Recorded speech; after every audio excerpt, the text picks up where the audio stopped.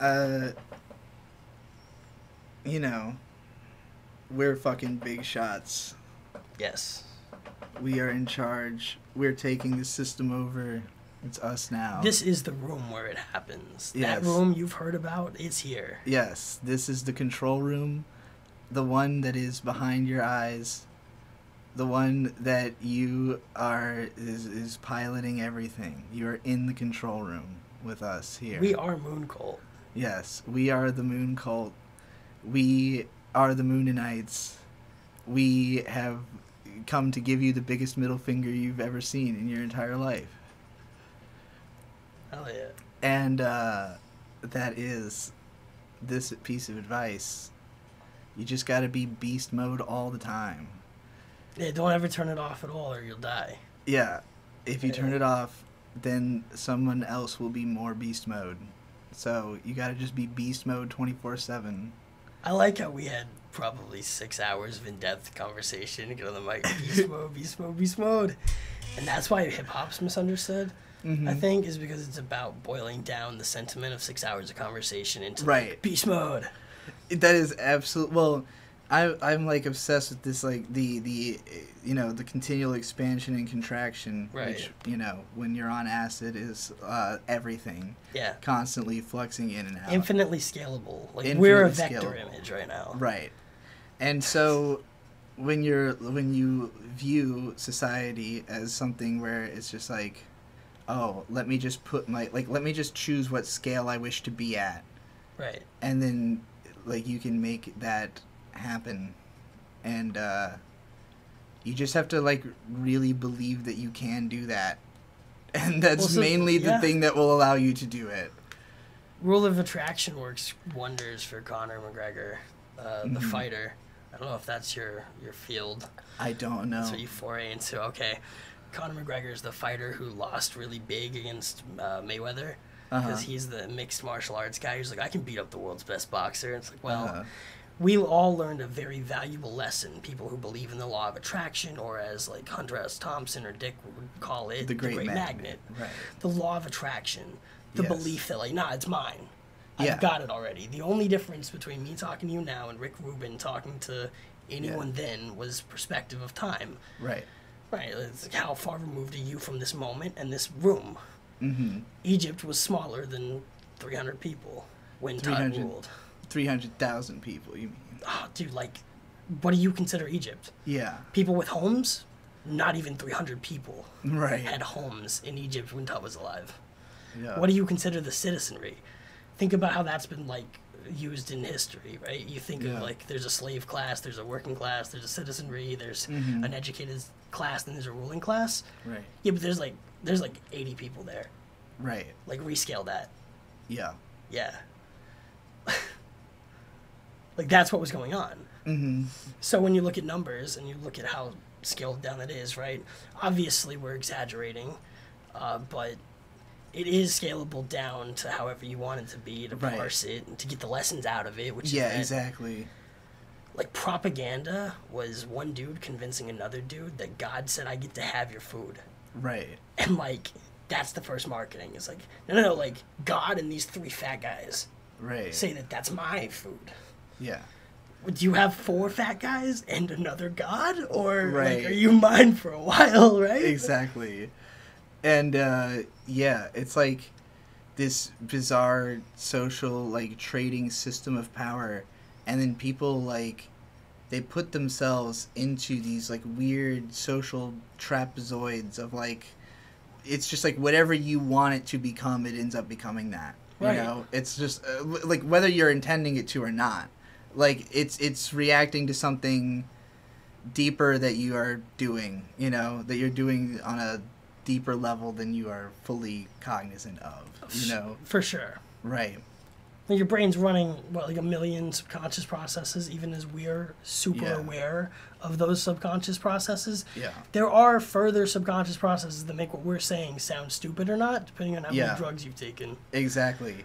That's the funny thing about it, again, the scalability, because it's just like, when I make, you were saying, like, you know, rap music is about reducing it down to, like, that one thing that... The soundbite. Right. Super Nintendo, Sega Genesis, when I was dead broke, yo, I couldn't picture this. Right. Boom. As long as you have something that sticks in someone's mind, then you have already won, you know? Yeah. And if you can do that all the time, then you are always in people's minds. And which kind of sucks also, though, right? Doesn't it? I wouldn't know. It's funny you say that, but, like, yeah, I mean... Oh, God. It's starting to sink in how long it's been since I've eaten anything of substance. Amazing. Yeah. It's okay, we're gonna have really good pancakes later. Oh my god. Whenever you want was the time clock, yeah, I think, for that. First I'm gonna turn on the AC. It's just fucking hot as shit. I'm fucking dying. That's amazing. Alright, Digi has walked out. She's gone. She gone. She gone. I love those stupid YouTube jokes. This will probably be edited down, but...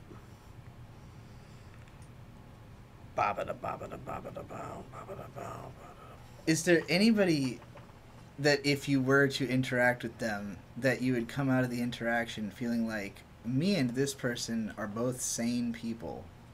Both sane? Yeah. No. Because if I like you, you're insane, and if I don't like you, you're fucking insane. Like, right. Exactly. Yeah.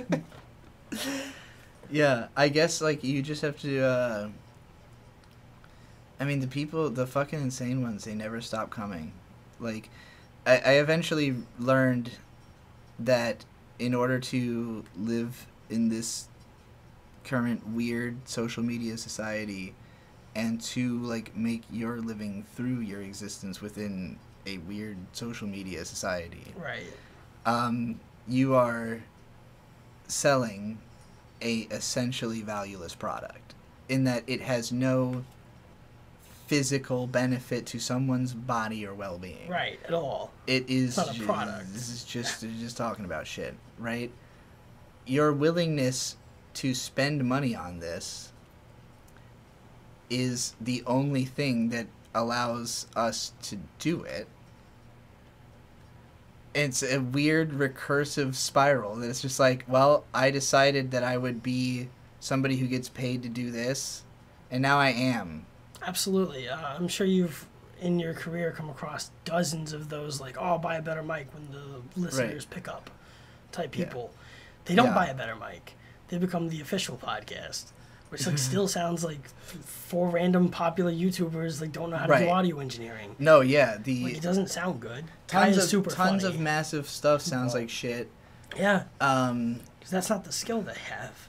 No, it's all about how many people can you reach, and what will those people do for you, which is protect you through the use of a very, like, distant force, such as money, you know? Right. Like, money is a concept that we've supposedly built to protect us, you know? Right. To, like, to frame the communications in a way that there's, like, some kind of logical reasoning for why each interaction's happening, you know? Right.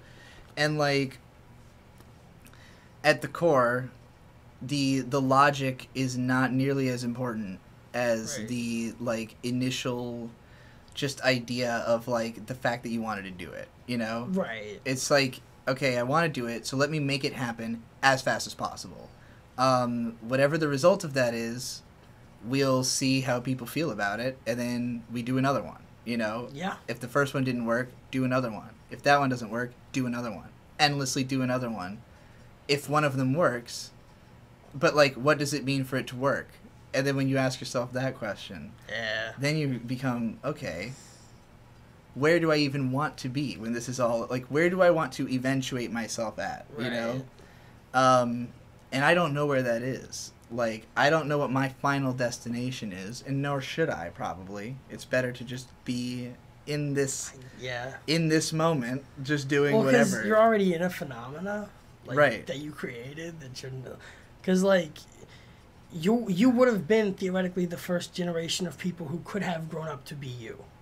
Like, right. you were the first. Yeah. You did it. Just in that the technology existed for me to be a human being anime who exists on planet Earth. Yep.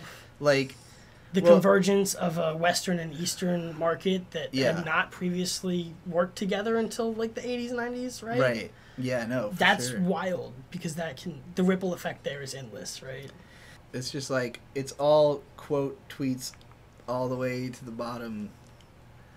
Yeah. Just keep quote tweeting people. Just keep quote tweeting people. That's all you have to do. Okay, I try to get people to do that. Wang tries to get people to do that. People will argue with Wang about whether quote tweeting works. It's like, well, it does. Are you on the platform at all? Look at Wang. Yeah, it obviously it fucking works. Like, okay, like the. I can't imagine being like, all right, like, to be at the level of, like, a Twitter artist would be, like, really awful. Because you have to really believe this dissonance that working for exposure is bad, and all the famous people telling you that are right, and that you shouldn't try to get exposure to then make money off of your product. That's been the greatest grift in art Twitter I've seen in the last 4 years. Yeah. A bunch of, like, now popular artists that are like, no, working for exposure is bad, and we should shame that out of us. Mm-hmm. And it's like, well, you're just closing the gate behind you. You're pulling the ladder up from other content creators who you could be like, dude, work for free for like 6 months and then they'll pay you forever. Right. That's the real answer. Like, do fan art for a bunch of people at like a higher quality than the other people are getting that fan art, and you're going to start selling shirts like Dick and Protsky's relationship. Right. Right? Like, Protsky's just one of the show artists who consistently delivers better material than the other show artists. Yeah. And then, like, including Mint, like, especially Mint. I can say it, especially Mint. Mint sucks as an artist. No, but it's about scalability, right? And so, what she'll do is... Why are you putting out her brand, though? She'll for sure, like, she'll work harder on a Dick Show piece than she'll work on, like, a commission piece. Right. And it's like, that's good. You should scale those differently. One's worth way more in value than the other. She drew a picture of Tony from Hack the Movies twerking based on a picture that was drawn of his sister doing the same pose like 8 years ago. And this is some big inside joke for Tony's family. And Mint agreed to draw this stupid picture for Tony's friend Justin, who originally asked him to draw it. And so then this got made into a t-shirt that was in the last episode of Rental Reviews. It's like the biggest art exposure Mint's going to get for a while. Being in the last episode of Rental Reviews. Like, there you go, you're on AVG, and I'll never do that. Like, I'm sitting here like, oh, wow, Mint, 3 months in, and I've already got you, like, hooked up with those guys. Like, why can't I learn that? But you literally are, like, hooked up with all kinds of fucking people. Yeah. Like, all over the country. But, like, everybody feels that same, like, oh, why can't I do that? Like, everybody still feels that. No, yeah. But then, well, I think it's because you're always afraid that if you get comfortable, then you won't be challenging the structure to be better, you know? Right. It's like, well, I know it's still, there are moments in which I, you know, as somebody who has had success, I can just be comfortable, you know? Like, I can just literally say, like, okay, like, you know, for now, I feel secure in the idea that I can just, like, you know, fuck off and do what I need to do until I am ready to come back, you know? And then, like, I do come back, and then I'm there. Yeah. Yeah, everyone picks you up, everybody loves your mainstream stuff, and then, you're just still around. Yep. Before you know it, you're Eminem, though, and you've quit rap 5 times, and it's like, well... But the market demand keeps me here. Like, you're not doing anything new. New kids are finding anime. Right. You don't have to work again. Right. No. Ever again. Like, ever again. It's like, I mean, there's literally, like, comedians who have, like, one bit. Like, they literally run their whole career off of, like, people want to hear me say the same thing over and over again. You did it for a long time. I mean, I have 5,000 videos. People want to pay me to hear me say the same shit over and over again. Right. But in different weird contexts and with different weird people. In different boxes, right? Right. Like, oh, well, if this person agrees with you on this topic, I can't like it, so I hope someone else on a different political side of the spectrum agrees with you on this topic also. Right. Type shit. Exactly. It's amazing. That's peak, though. Like, that's the kind of game that again, like, the Democratic, the Republican parties, that's the game they're playing. CNN is trying to keep attention of people the same way you're trying to keep attention of anime fans. Yeah. And it, like, means as much. Yeah. They both mean the same thing. It's as real. Yeah. Like, it's the same thing. I mean, again, like, for me, it's just a matter of, like... Like, if Trump supporters were as bad as the other side wants Trump supporters to be, there would be no other side. Mm-hmm. Right. Right. That's always... Well, that's it. When you live in...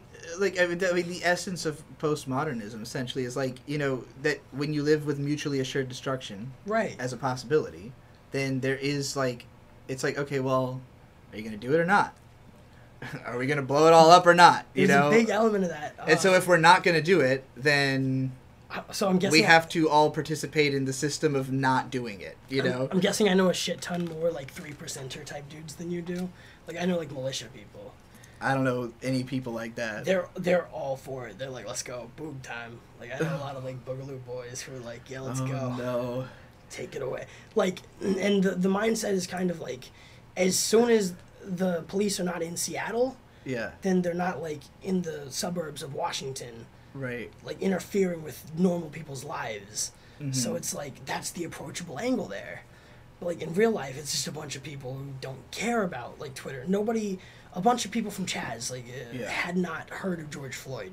We sent a dickhead there who, like, I sent back, like, 2 or 3 times that week to just walk around and look at stuff. Right. And, dude, like, talk to people. Nobody there knows who George Floyd is. Nobody at Chaz cared. It was just like, our party was canceled because of coronavirus, so we're here, bro. Exactly. Like, festival mood.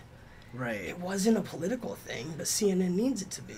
So does Fox. Fox did it worse on that one. Mm-hmm. And I was like, well, usually I'm a Fox guy, but you're making it sound like this is a big deal. It's not. Right. It's not. And Tucker Carlson's, like, screaming about how this is the decline of the American lifestyle. It's like, well, you can just say you don't like Mexicans. Like, or just say whatever your thing is. Like, sure, you'll get taken off of TV, but we're at a point where woke capitalism is like that anyway.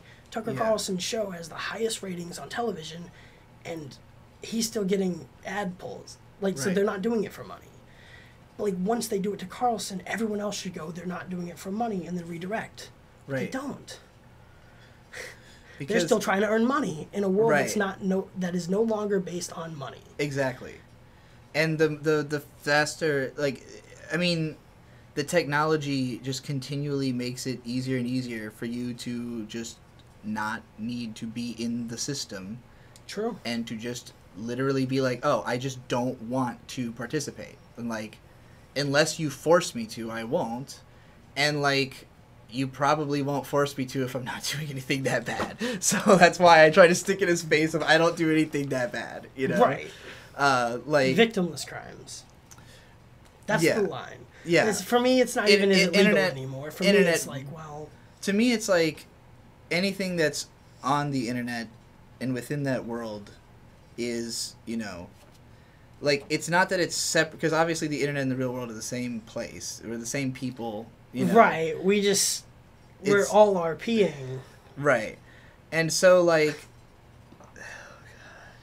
Isn't it cool that in, like in a LARP situation, you've convinced yourself and others that you're as important as, like, most Vice people or whatever? Like, it's... Because your views are the same on YouTube. So that's got to be a trip. Like, you are the news. Or at least you have the weight behind your opinion that most people ascribe to the news having. Like, you're big and popular, therefore the public trusts you, therefore what you say is right or than other people's. Right, exactly. So you have the same power. It's all that the perception. Press has. Right. Yeah. It's all just a matter of people are you seem to know what you're talking about. You know? That's what it comes down to. It's like, oh, you seem to know what you're talking about, you do it. Yep. And you go, okay, if I can do it, I'll do it. If I can't, I won't. But, like, you know, that's what it comes down to. It's like, can I do it? And do I want to? You know? Those are the only two questions you need to ask yourself. Right. Can I do this? Do I want to do it? And the first answer is always yes. Right? Yeah. Like the first, realistically, it's always yes. There is a way. There is, like, where there's a will, there's a way. But do I want to do the thing it would require? Right. Like, I'm really into motivational speakers and all that, which probably is, like, a dumb thing you could get from me.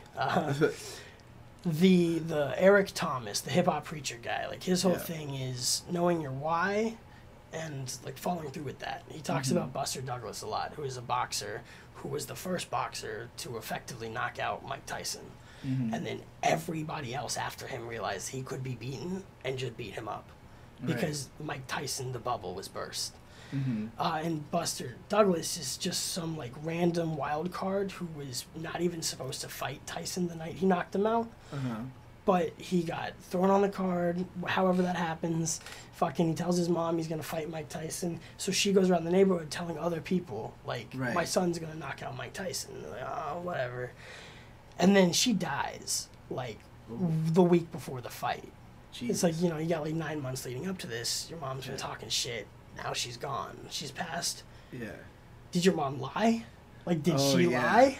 Are you gonna live up you gonna to make this your mom fucking a liar? Incredible expectation? Or are you gonna knock out Mike Tyson? Right, exactly. So he's the first person who knocked out Mike Tyson. Right. He needed to.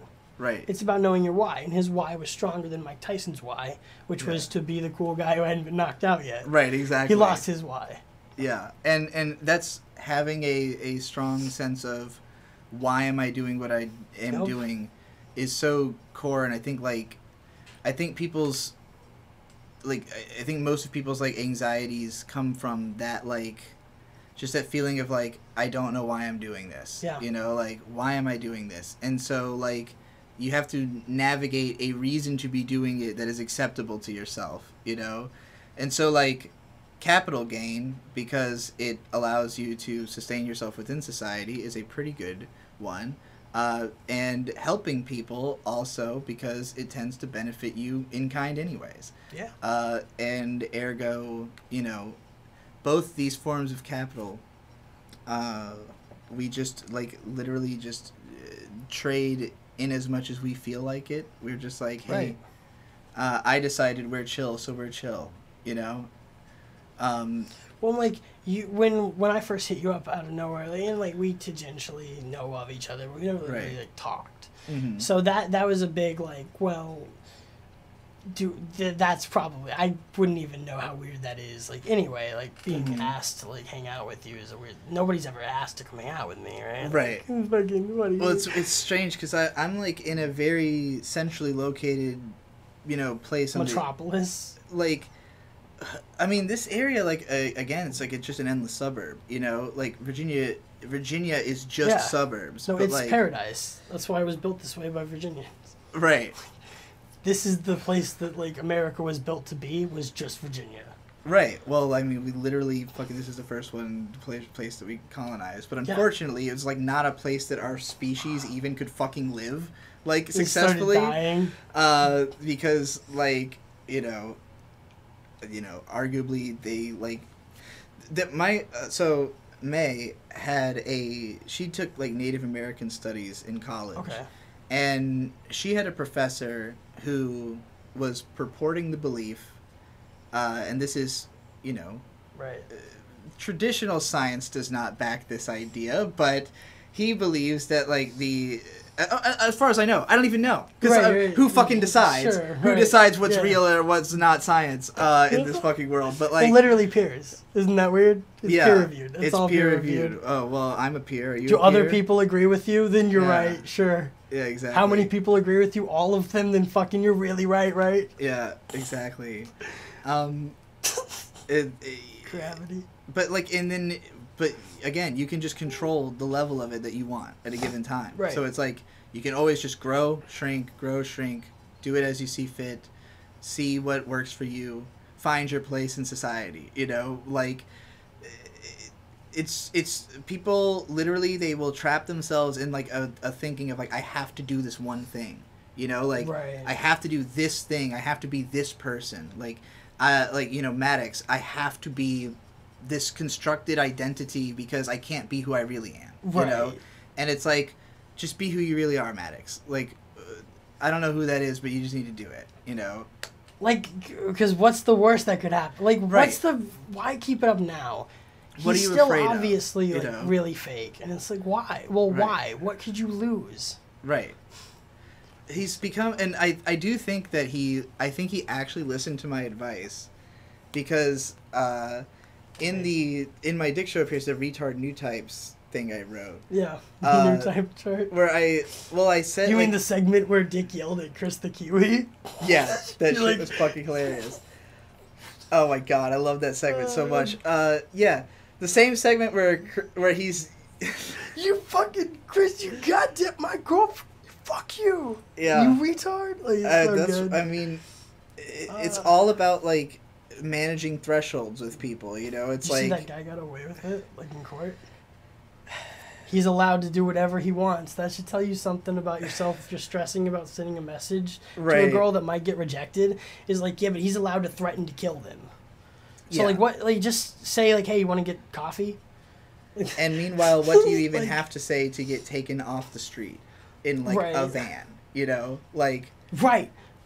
If Kanye is allowed to, and Joe Rogan's allowed to talk about the drugs I use to talk about them talking about cool drugs. Yeah. At what level is there the interference that you're afraid of? Like, exactly. Because those people who were like, there's going to be interference. Like, those people were also one layer below like nothing, right? Like, at the top is Sam Hyde, like, giggling. Right. Right, like, it's Sam Hyde in, like, a little Jewish outfit, like, laughing or something. It doesn't have to be Jewish. You know, it's funny, too, because the funny thing about Sam Hyde is, like, I, until tonight, never really consumed any of his content. Right. I know him purely on brand. Yeah. Like, I've never watched $1 Million Extreme. I've never seen any of his YouTube videos. I never watched the TED Talk. You've never seen it ever, or? I've seen, like, little bits and pieces of it, but, like... We should throw that on and talk about it. But, like, his whole career, like... Yeah. I just kind of didn't know what was going on, you know? Like, until the aftermath of it, and all the young people who grew up watching him became fans of me. Because I was doing something very similar to him, you know? Right. But, like, Sam Hyde is fucking terrifying to me. Because, you know, I don't know. I prefer a more, like, a friendly, cozier environment. The hard-nosed life of somebody, you know, living in the fucking rough streets, as it were. You know? Somebody doing it on purpose. Right, yeah, Do you know Jpeg Mafia? I do not.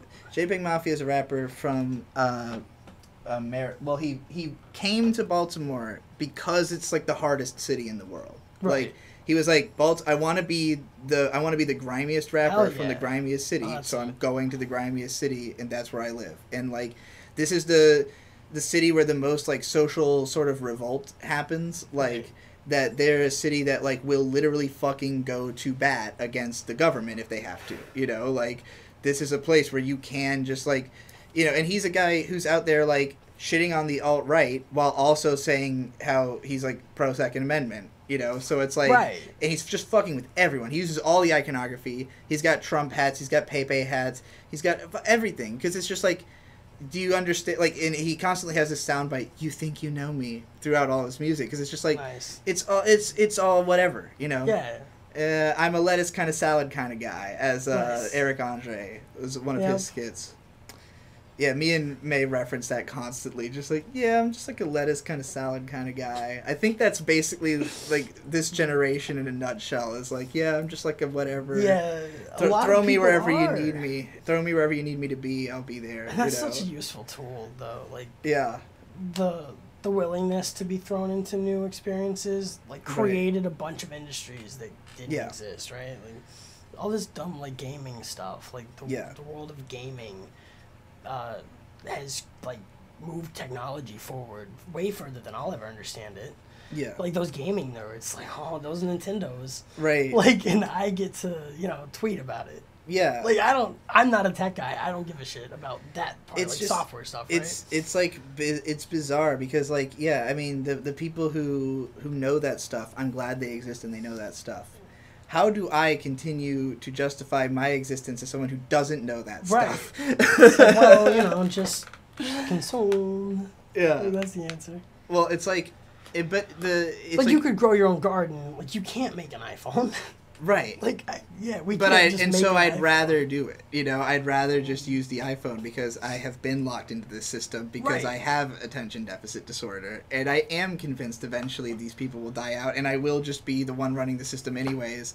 So, you know, On accident. as long as I don't do the fucked up shit that they did, then I'm good, you know? Well, like, look at this generation of elites. Like, they fucking stumbled into it, too. They, like, they got left to them by, like, the Yale Skull and Crossbones Society, like, left the United States to the Bush family for, like, generations. You know, like, they're still in politics. Like, Jeb Bush still thought he could be president, like, 4 years ago.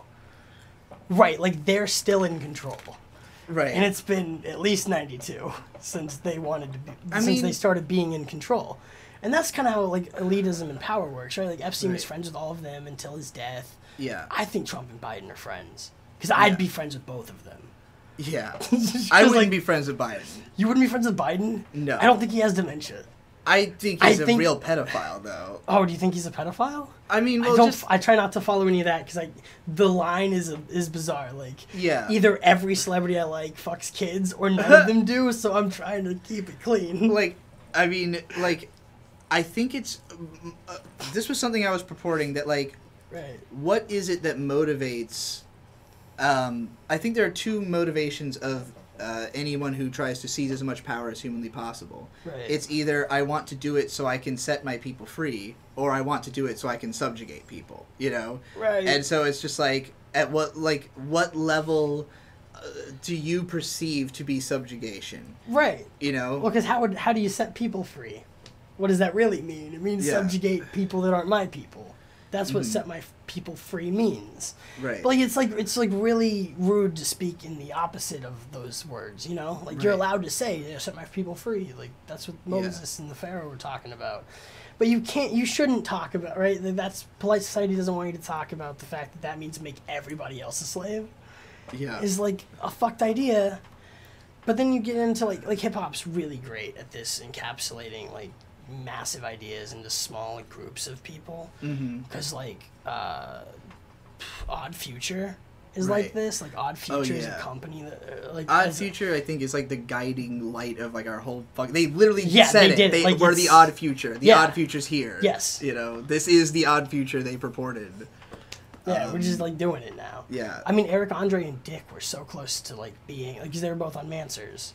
Oh, they were. Right? I didn't know they were. I didn't know he had a connection to Eric Andre. Or no, what is it? Eric Andre does a stand-up bit about Mansers, which Dick like worked for. Okay. So it's like that's the influential spreadsheet. There is like Eric Andre does this whole bit about how Mansers in the '90s was like the crazy TV shit, like comedy shit that got him into wanting to do it, or the Man Show, and then the Mansers thing was like a reboot of that.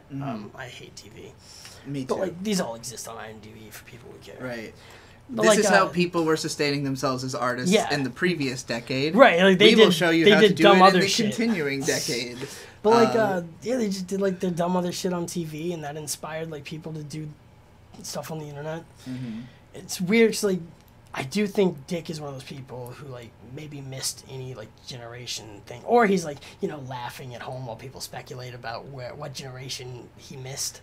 Yeah. But I think like if he were 30 years before, he'd be like a massive like exec in like a big like Amazon or something, right? Right. Like if he was there when the market was needed for Microsoft, but he wasn't. He was there when Google needed SEO optimization, and not to build Google. And I think like that's the difference in where he would have been. And then on comedy, I think it's like that too. Like on either side, like he either was going to be Eric Andre, or like he's got to wait till Steven Crowder loses all of his fans, and hope for like the Steven Crowder pour in, which is sort of the cultural fan base he has now, which is like people who want like you to just be funny on the right. I don't even know Steven Crowder. Steven Crowder's just like the funny muscle dude, bro. Change my mind guy. He's like, I like Trump, haha, gender doesn't exist, change my mind. Right. And he's just sitting there like he's not like he's smart enough to sell what he's doing, which is sitting in colleges with a sign on a table and letting college students talk into a mic for him. Right, exactly. Like that's his career. Yeah. And Dick, Howard Stern, whatever, like you can apply it to everyone with a whack pack in radio. Right. That's kind of the move. Let people supply content to you. Yeah.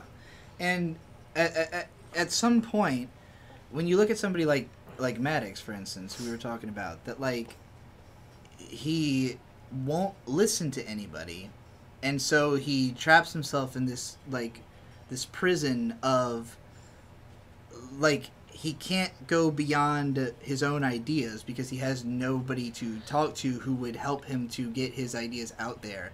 Whereas he had that with Dick. It's like a guy who could channel Maddox into the world, you know? And if there's nobody to, like... Without that conduit, you're just, like, yelling things at a computer, right? Like... Right. And, like, for me... Oh, God, I'm fucking tripping balls. It's great, right? Yeah. Some good stuff. It's high quality. Very potent. Well, it's just interesting because, like, when you... Of course, when you do drugs with people who think about philosophy in society, the point of the conversation is that it's the same conversation. Right. That you are going to have every single time. And that's always what it will be anytime you do, like, enough drugs. Well, right, because there's only one conversation that needs to be had. Right. What are you buying? What are you selling? Yeah. It's that easy. The Resident Evil 4 meme, incidentally. Yeah. Yeah. And it's like, the only way anybody's ever created anything is through the amalgamation of seeing things other people did, you know? They just go, oh, you can do that? I'll do that. Fucking Godzilla and Star Wars. Like, yeah. they're like made in the sand with, like, dirt. Like, right. You know? It wasn't Disney World. No, yeah. You didn't need these weird fucking... And, like, most of these people were just, like, artists trying to reach out to like-minded people to like their stuff so that they would feel like they're getting attention, you know? And then, like... But, like, when people... Like, who needs to scale that to such a degree that they now set the rules and have the power? It's people who are doing something evil. Like, people who are operating outside the system that they are creating or... Right. Yeah. And so... And to some degree... so this goes into my concept of Yggdrasil's Panopticon. So Yggdrasil, or Yggdrasil, is a Nordic reference to the world tree. Okay. I also refer to it as the way of ever-branching paths. So... Cool. You know, a tree... just talking about fractal pattern shit, basically. Gotcha. So, like... Like a tree. Yeah, the tree is my favorite particular fractal metaphor. But, like, the Panopticon is the idea of a prison that there is a central tower in the middle, and it can see into all the cells at all times. Mm-hmm. And this way, because of the fact that the prisoners have the constant threat that something will happen to them, they behave. You know, because they know they're being watched, so they behave. You know you're being watched, so you behave. Right. They want you to know you're being watched, so you'll behave. You'll behave. And we all agree this is the system. Yeah. And yet, nobody... No one's happy about it. Nobody wants to have the conversation because it's the same conversation. Right. And so it's like, okay, well then sing me something, you know? We'll, like, make another one, you know? Right. Trick me into thinking this is original content somehow, again. Trick me for the, like, 900 millionth time. In my case, 4,300... I've got... Because, to me... Global City 1? Like, I was talking to you about this. Like, in my mind, all of my content is essentially the same. Like, right. It's one ongoing, uncut narrative because that's how it's made to be enjoyed. Yeah, well, I mean, that's just... Not that it's made to be enjoyed that way. It's just the way it's produced. Of course. It is just the consequence of me putting my thoughts out there all the fucking time. Right. But the more you do that, the more that you will hear from other people how they react to your thing, and then you realize that, oh, I'm pushing up against this thing and it ripples back, and if I can control the flow of it. Yeah, like there's and all I have to do is just do that. All I have to do is just push people in the direction they need to go, you know? But then it's always, like, the question of, like, you know, everything is a psyop. Everybody is constantly manipulating everybody else. Right. Communication in itself is a psyop. Right, like I'm here to gain followers by, like, some weird universal definition. Like, eventually we'll work together. Yes. Like, I'm here to work with you. somehow. Right. But neither of us had any conception of what that would mean before you arrived, or even but if now we know would it's record like anything. probably gonna be. Well, I mean, whatever this is gonna end up being aside. Yeah. It's like we're gonna make music together because like we vibe on music specifically. Yes. Whereas like if I came here with the intent of like, oh well, if I was friends with Digi, then I could get cool retweets. Like well, then if I was sitting here all day like waiting for the chance for you to retweet some cool joke I made, like that'd be the shittiest fucking house guest, right? Yeah. Same intention, just like way different way of going about it. Yeah, and I mean like, for me, because like I'm somebody who, you know, in most situations, it's one of those things where it's like, you know, this plays into the panopticon effect once again. It's like you only exist under observation, you know, like. Right. So if there's nothing to observe, then you don't exist. Right. So you just need to continually generate things to be observed, you know, continually just generate the observation. And how do you figure out how to be observed? You be observant, you know. So analyze your surroundings, figure out what's going on, figure out how to replicate it, do it, and then just do it to, you know, like get as many people to let you to live as possible. Just do that to the nth, right? Right. And if somebody, for some reason, doesn't want you to do the thing that you want to do, then that's where the negotiation comes in. Right. Of, you know. And like, alternatively, think of how many times you've ever asked someone to not charge you rent. Have you ever asked someone not to charge you rent? No. Yeah, well, it works sometimes, because sometimes I've been not charged rent. That's amazing. Just ask. Yeah. Right? Like, who knows? And if you're weird enough to fucking ask not to be paid rent, someone's usually going to go, well, why can't you pay rent? Exactly. How'd you get to the point where you're normal enough to talk to me, but you're not normal enough to hold a job down to pay fucking rent? Right. Like, what's wrong with you? Let's talk about it. Yeah. That'll open the door for most people. Just fucking ask not to pay. Like, hey, I want to live here for free. Right. What do you need from me? And they're like, money. Like, no, other than that.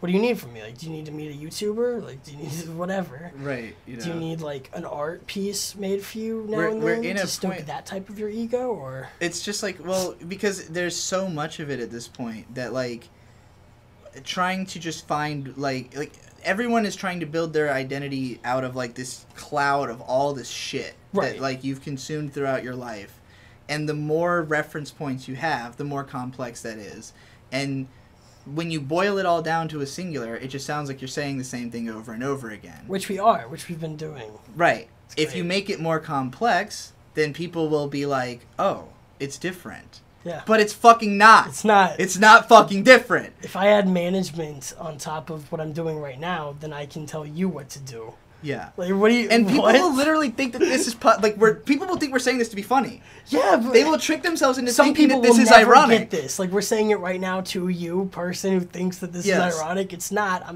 We're telling you how to cheat, how to win. Yes. The key is to understand that irony... The highest level of irony is indistinguishable from sincerity. Right. There's two levels. Yeah. You're either... Again, the only two questions you need to be asking yourself is... Can I do it? Which is the answer is always yes. Yes. And do I want to? Right. And that's totally situational. Right. Exactly. Yeah.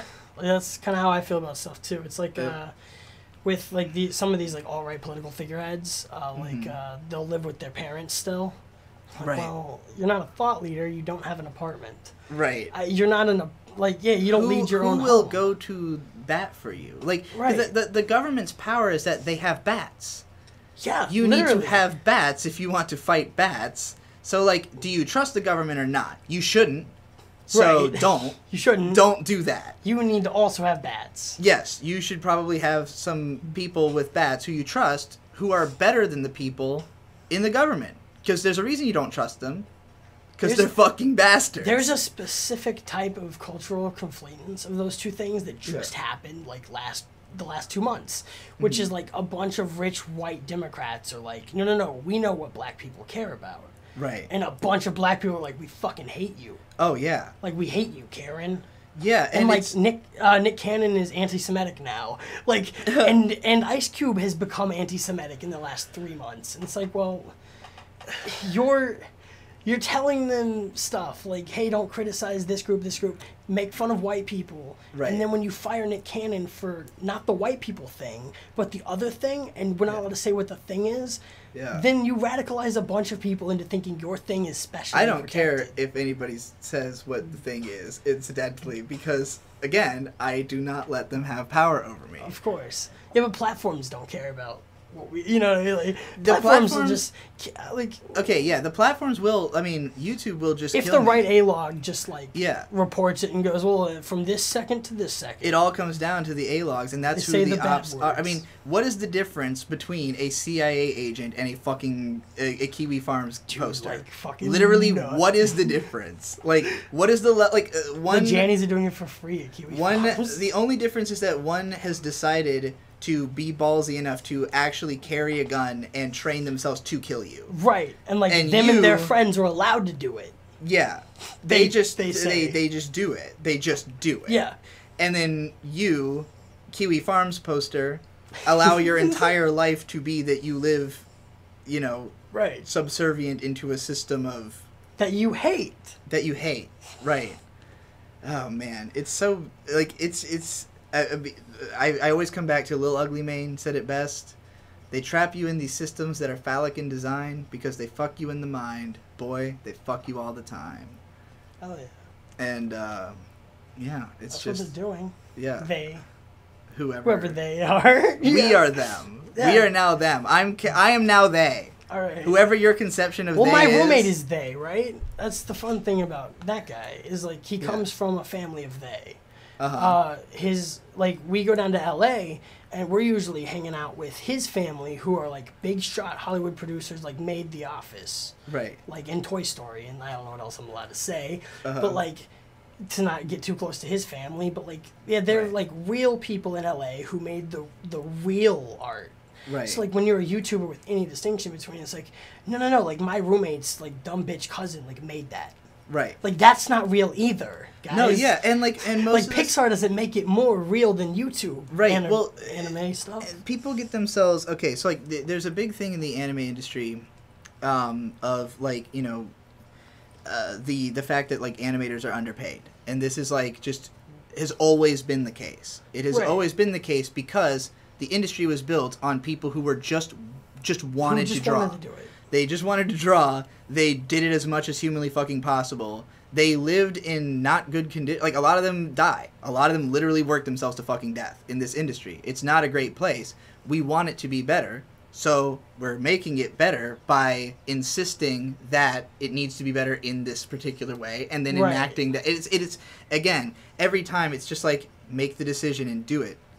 Yeah. Make the decision and do it. Oh, you're not getting paid enough? Just pay them more. Get paid more, Ask for more. Ask for more. Ask for more. Yeah. Literally just ask for more.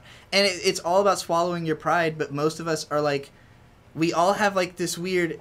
For me, it's about like, I know I have too much power. Like, I fear my power, because I see what people who have lots of power do with it, Right. And so it's like, I don't want to abuse anybody with my power. I want it to be that I uplift people. I want them to feel like, oh, my life is better for having interacted with you, not worse. Right. Because so like you're not trying to be funny or anything. I'm not. I really am not trying to be funny. I love it. But that is the funniest thing you can possibly fucking be. You're just like being yourself, and that's why it's funny. Because, I mean, it's like he said, or we were talking about this earlier, like, on YouTube, they literally only measure engagement. The likes and dislike bar, the dislike bar does not do anything to your channel. It literally raises engagement. The more engagement you have, that's it. It's just engagement. Engage, on an infographic screen, right? Most people are looking at it and seeing red, green, like behind the up downs. It's just a big blue button that's connected to both of them. Right. And that's the mental image. Is like, it's a blue button and you're hitting them either way. You don't get to choose. Actually, you don't even get to choose. Whatever you pick, it probably randomizes with YouTube how it is anyway. I've liked videos that are unliked later. It's like, well, because they wanted to put my like somewhere else. Right. They just literally... Which they can just do. Yeah, because they have the platform. We're not tracking that engagement. And it's like, Yeah. And again, it comes down to, like, who's enforcing it and how, right? And, like, that's why crypto is seen as so powerful, is because, like, it should be essentially, like, unenforceable. Like, it's just, like, it just exists in the ether and nobody owns it, you know? Like, it's just I mean, it's basically, we're just trying to get back to the barter system. Like, we just want to go back. We want to go back to what we had because it was good and we fucked it up. Like, money is just, like, this stupid... Yeah. It's the extra step thing, right? Like, oh, that's just this with extra steps. Like, that's what money is. It's bartering with extra steps. And again, the question is, like, who would need this to exist? Who would need this system to exist in order to do what they want to do? It's people who are going to do the worst things. That's the people who want this system to exist. It's a Chuck E. Cheese. Like, the economics in our country is a Chuck E. Cheese. Yeah. And then, like, that's on a global scale. And so everybody's getting fucked all the time because, like, you're playing with American dollars now. Mm-hmm. Like, we've created this idea that you're going to play with Japan and figure out how our thing fits into yours. Fuck you. Like, it was kind of, like, a really amazing thing America did with this isolationist era, which is kind of like, fuck the whole rest of the world. Like, trade routes, we'll figure it out when we're not being assholes down here. But right now, there's this stuff we want here instead of in India. So we're going to get it here. And it's like, that's such an American thing, the manifest destiny and all of that culturally. But that's just some asshole like me coming up with it and, like, tricking people into going and doing it. Exactly. Like, dude, everything I can see belongs to me. And if you disagree, kill me. And we're literally just that's how I live anyway. We're just trying to put this, like, these concepts that have existed for all time into what, for our generation, is being considered, like, the plainest English. Right. But, like, what the plainest English will mean will be completely different from what it was 20 years prior, and it will essentially sound exactly the fucking same. Like, if you read letters where people are talking about the denigration of society or about the denigration specifically of poetry or, like, of letters, they same complaints every 5 years. Like, the same, literally everybody thinks that, like, the same problems are happening throughout all of history because they convince themselves that those things are happening. And then the people who see that and go, oh, I just have to be the one in control of the narrative, do that, you know? And then they do whatever they want. And, you know, in our case, whatever we want is apparently acid. Right. Acid. Which is pretty benign. It's not kids.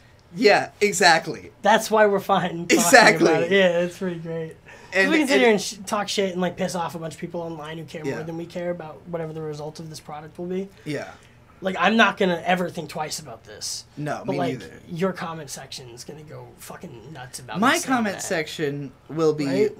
I mean, I don't know, because this is just a schizo post. Like... Yeah, right. So you have no idea what will happen.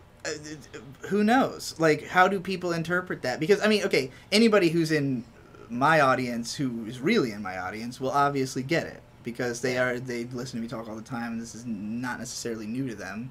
But, like, you know... This is just like an assisted elevation of the thing you were talking about this week. And if they happen to not be able to get that this is the same thing, then those are the people I don't really value having in my audience, because they are not recognizing the mechanism that we're trying to make here. It's like, if you don't want to be a part of the mechanism, you can go build another one, or you can try to make this one better if you want to be a part of it. But, like, you have to make the commitment to, I want to be in the mechanism, you know? And, like, a lot 100%. Of these, this is my message to all you artists out there, especially, like, your fear of participation is what is keeping you down. Like, you could be in control if you just decided to participate with other people. Like, the government is just a coalition of people who have guns. You can be a coalition of people who have guns. I know a coalition of people who have guns. Yeah. I know it's amazing. And it's a coalition of people with guns. Well, and if you live anywhere other than America, then, you know, you have to be a government. Because real problems all the time. Like, America is like, we have it on, like, we just have this weird macro scaling of everything. But, like, it's like, when you get here, you will realize that it's in the same state as the place you left, which is to say, nowhere near complete, you know? Right. It's all in process. Everything's in process. It will always be in process, because what is the end goal? Ostensibly, leave the universe? Like... well, to go is to return. And I'll pull that, the full pull of that later, but it's like a quote that, It's a quote I really like, and that Kevin Smith talks about a lot. Yeah, I've heard it before. Yeah, he talks about how like from, I only know it now because of the popularizer Kevin Smith, and not because right. of the original quotee. So just steal something someone else said and say. By the a way, lot. you know what would also be hilarious? Because like, it's just like I'm thinking about how many people who you sound like who we could just say you are. Yeah. And any of them, it wouldn't matter. Who cares? Like, somebody, they'll believe it or they won't. You know? Right. Some of them will, some of them won't. What can I do with that? You know? That's kind of funny. It's like the key, like, okay. What's your SEO shot? Like, what's the funniest thing I could be? Vic Mignogna? like, what's the... Yes! That is the answer. You are now Vic Mignogna. This has been my podcast with... Yeah. I mean, this is all stuff Vic Mignogna would say. And if you listen to this podcast now, recolorized through the perception that this is Vic Mignogna, it will make the whole thing sound way weirder. It'll be like you'll be, oh, wait. Oh, when Vic Mignogna says it, I don't know if I feel the same way as I did before. For better or for worse. Right. Depending on how you feel about Vic Mignogna. Or the way you feel about the they we were talking about earlier. You know, you may not be like either way on those days, but then you hear the little German boy from Full Metal Alchemist talk about it, and suddenly you're feeling some type of way. Yeah. It'd be so funny if he like uses the plot of FMA ever to his advantage. Like the fact that like it's built in Nazi symbolism and stuff. Like in the dub work for like the movies and stuff. Like he could just I don't know. If I were him, like, that's my base, and I was canceled. Well, because I mean, and yeah, right, that's where his popularity is right now. So it's like if he was looking at it from a marketing perspective, which is like how you know he's like just a guy who likes anime or whatever. Well, and a guy who has a lot of money, and a guy who may or may not. Do you think he's just disconnected? Do you think he just cares at all, or? I mean, I don't know enough about Vic Mignogna. I've never met the man. I won't say anything about him. I don't know. No, like whatever. I have perceptions based on things I've heard, based on what people think about him. I saw Star Trek Continues. Let's talk about him. Like I'm Vic Mignogna. Yes, you are Vic Mignogna. So, incidentally, okay. Well, you tell me. Did you touch those kids? This is all anybody wants to know. Mars Girl was right, or whatever. I think that's a reference to his lawsuit. I'm not sure. I have no idea. I honestly didn't keep up with any of it because my first impression of Vic Mignogna was that guy's probably a pedophile. Like my very first impression. Or at very least, he fucks fans at cons, right? Like right. Well, that's what I mean. Oh yeah. Right. Like it's just so I don't go to these cons, so I don't know like how that breaks down. Well, like because it's a kid's thing, right? Like even though we play adult online about it, well, like that's where the money is, but it's still if you are above a certain age and you're not making money off of it, then why are you in it? You right. know? Okay. It's like it's a structure that is like you get in it to, like, I really think with business, I mean, like you're saying, right? It's like it's all about just like deciding what level of macro do I want to go to, right? How in control do I want to be, you know? And ultimately, like for me, I don't want to be that in control. I want to be pretty in control as long as I can do the things I want to do, you know, which I consider benign, but of course I would, you know, right? So like, you know, and I live in a place where nobody's going to stop me from anything that I happen to be doing, which is acid. Right. Yeah. Which is technically not legal. No. And it's weird because this is so and yet everyone fucking does it. I don't know anyone who doesn't do acid. Illegal. Yeah. I don't know anyone who does it. I don't know. Except everyone does acid.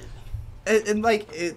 Especially in your circles, right? Like at the point where you want to perform at a level that is impressive to the midwits, you have to be so far ahead of it. Like microdosing is almost a necessity. Well, if you want to be accelerationist, like, if you want to be like right. Okay. But that's why you're such a cruiser. You're just like I'm cool with where it is. Well, because at the top of it, like I don't know what I'm supposed to be reaching for beyond what I've got right now. You know, like where I'm at is like all I ever had envisioned for myself as a child. You know, is like this position, and so I'm like, okay, this is a good position, but like I have a better idea of like how I can use this position to put other people in this position. Right. Which is like, and I hugely look up to Jay-Z for the 444 album just because, I mean, story of OJ is literally just, I mean, he said, I'm trying to give you $1 million worth of game for $9.99. Like, it's, but that's what all we're doing it is. Right now. Right. That's we're what we're trying to do right now. Literally giving you $1 million worth of game for free. Like, we're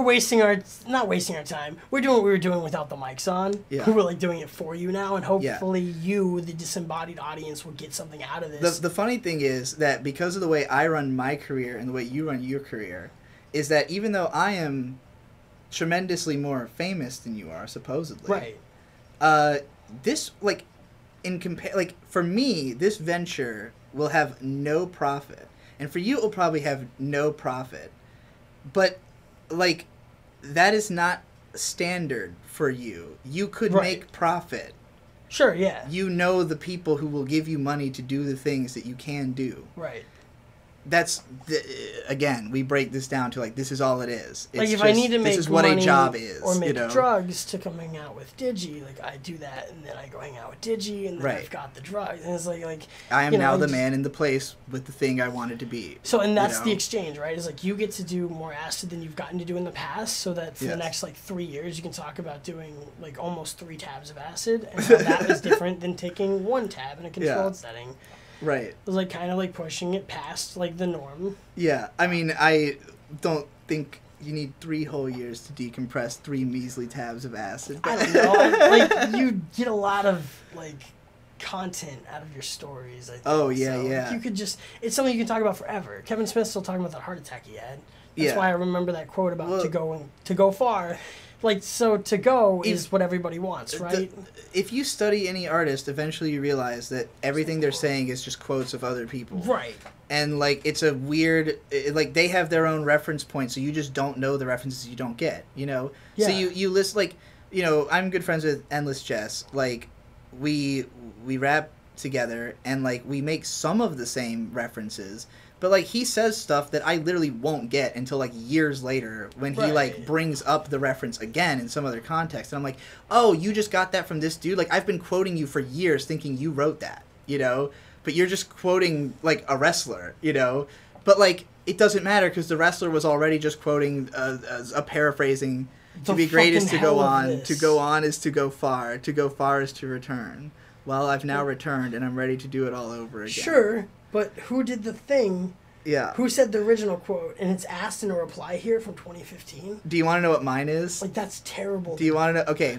So I don't even know if I should tell you because I'm still waiting for it to come around. Like, my test of...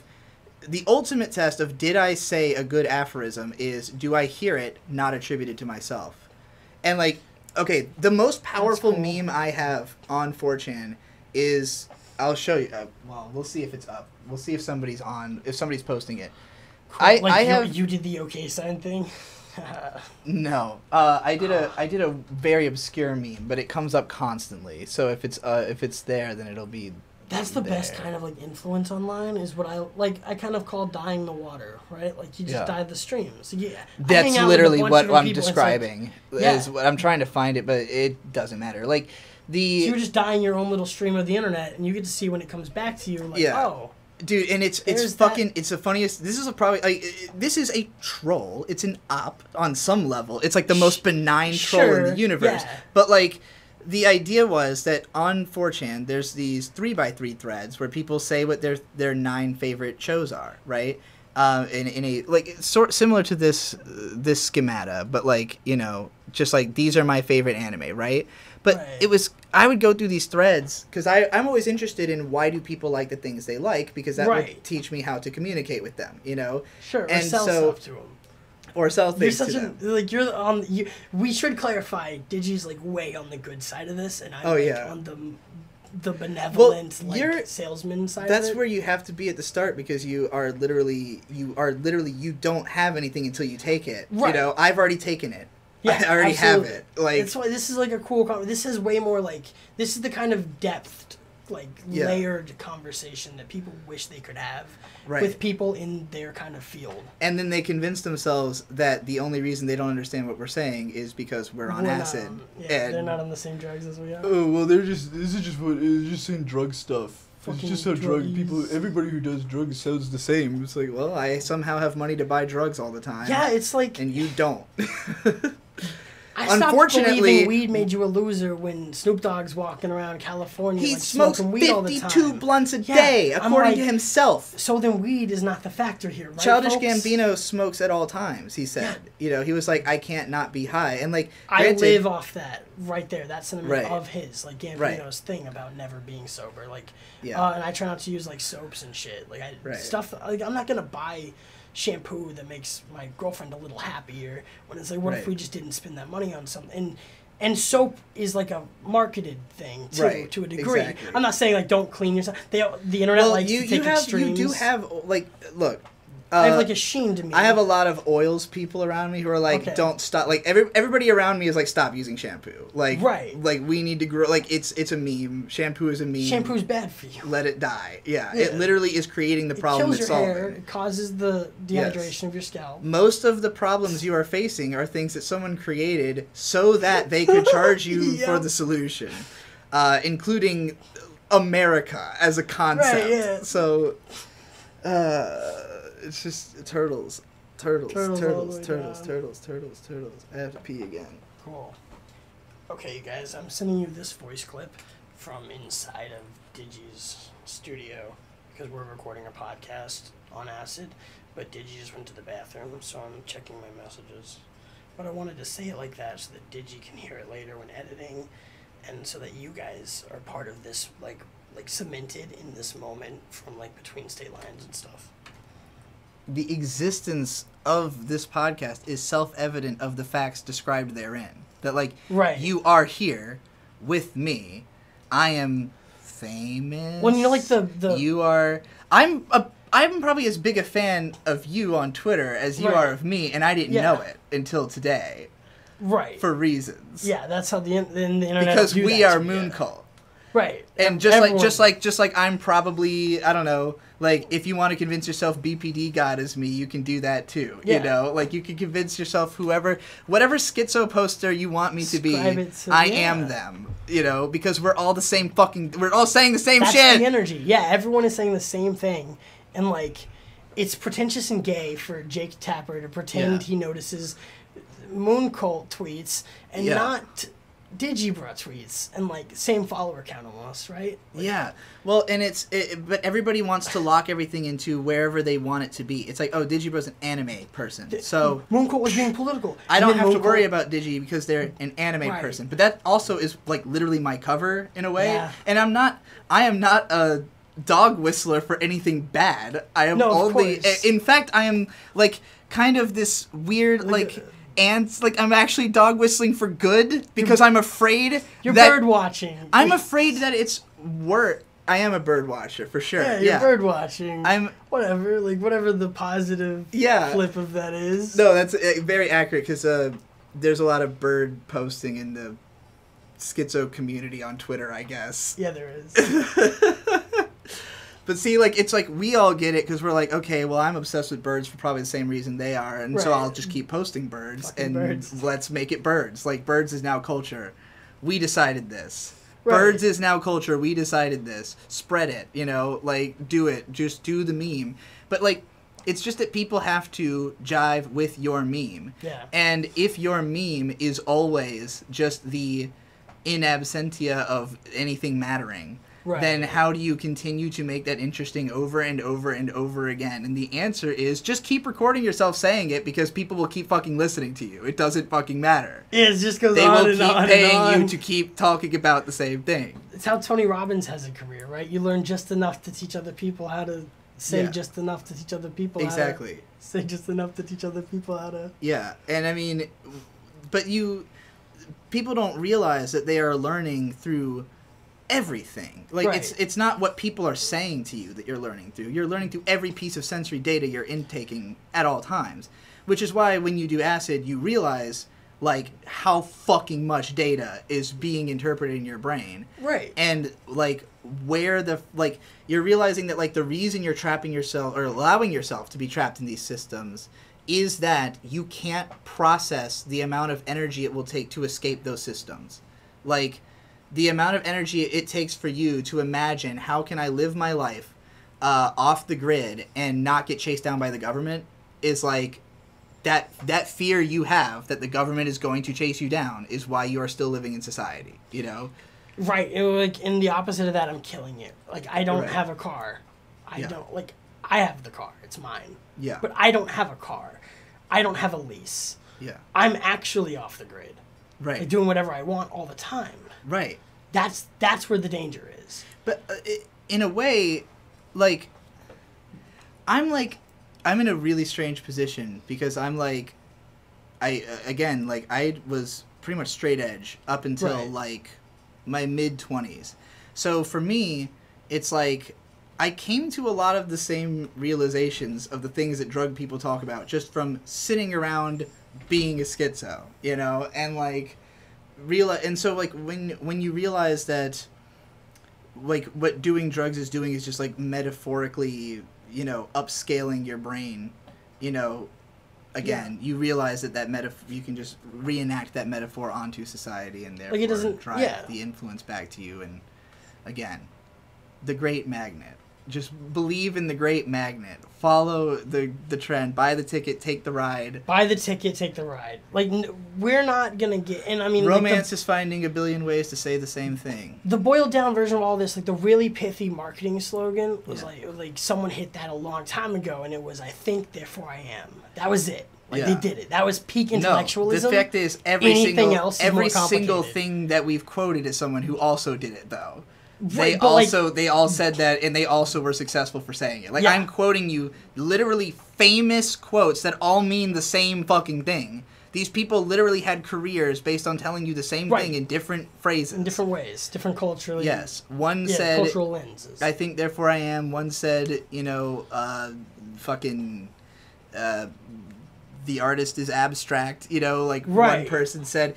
romance is finding a billion ways to say the same thing, which is the one I made up, and I'm always just waiting for it to come back. You know, like I've heard that. You've heard it from me. I don't know if I've heard it from you though. Like, it is like, that's a good one, because when you first said it earlier, I was going to ask who said that. I did.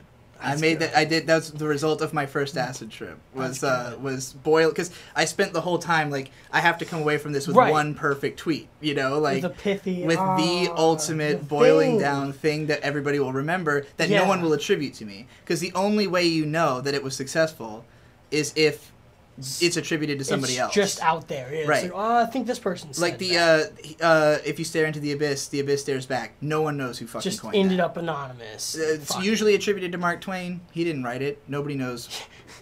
Like, what if he did? He was just like, no, I didn't do it. How many Ernest Hemingway quotes even exist? Like, was he even a real man? Like, well, or like how many of them were many him? People think Socrates was not even real. That he was like Plato's fucking tulpa. You know, Hemingway's a weird one that I've kind of like dug into a little bit, because like Hemingway was probably like 3 or 4 other people. Hemingway was like busy doing stuff. Right. So like Hemingway was able to write as theoretically other people, and like if I talk about it now, like intellectuals. I mean, you know, because you read Bakuman, like you said, so you know, like, I mean, even with manga, it's like everybody has a very romanticized idea of like the artist who is running this manga, but it's like they usually have a team, they usually have assistants, and like almost every successful manga author was an assistant. They almost all worked for some. Like, if you want to write for Shonen Jump, become an assistant to someone who writes for Shonen Jump, and then you'll write for Shonen Jump. Yeah. How do you know if you want to write for Shonen Jump? Do you? If the answer is yes, then do it. Do it. The next step. Right. Do you? Yes, because you're asking the question. So right. Yes, you want to. Can you? Yes, always. Right. Yeah, just figure out how. Just do it. Just how? It'll be. Just assume it'll be easy to figure out. Tell people. Assume you'll figure it out when you get there. Just tell people. Because you will. Tell people, invoice me. Yeah. And then walk away from a dinner table and see like how your life goes. Yeah. Like, leave your friends with like an invoice every once in a while. Every once in a while, not every time you go out to eat. Yeah. But like, find the friends you can do this with and go like, yeah, no, like, charge me later or whatever. Mm-hmm. They don't care about that money. Like, watch them not care about that money. Right. Why do we go around volunteering? So I met like so I'm not gonna say his name right now. Like, the wealthiest person I know told me like really good advice, which is these 3 things: never get a divorce because it's the most expensive thing you can do. Never ever say no to a free meal. And that like extended out.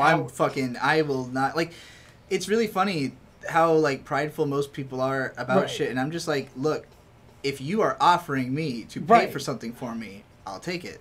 Thank you. You just saved me money. Right. And, like, you are obviously trying to be useful to me. That's what you want to do. Right. You want to be of use to me. I will allow you to be of use to me. Now we have society. Like, I'm bringing you the acid right now. Yeah. But when I'm on tour, people are buying me drinks to talk to the artists. Like, you know what I mean? Right. Like, I get it back, too. But you're not allowed to do acid because I said so, because I'm the government and I have a gun. So... I also have a gun. What am I doing to stop you? Nothing. And why don't other people also then just do it?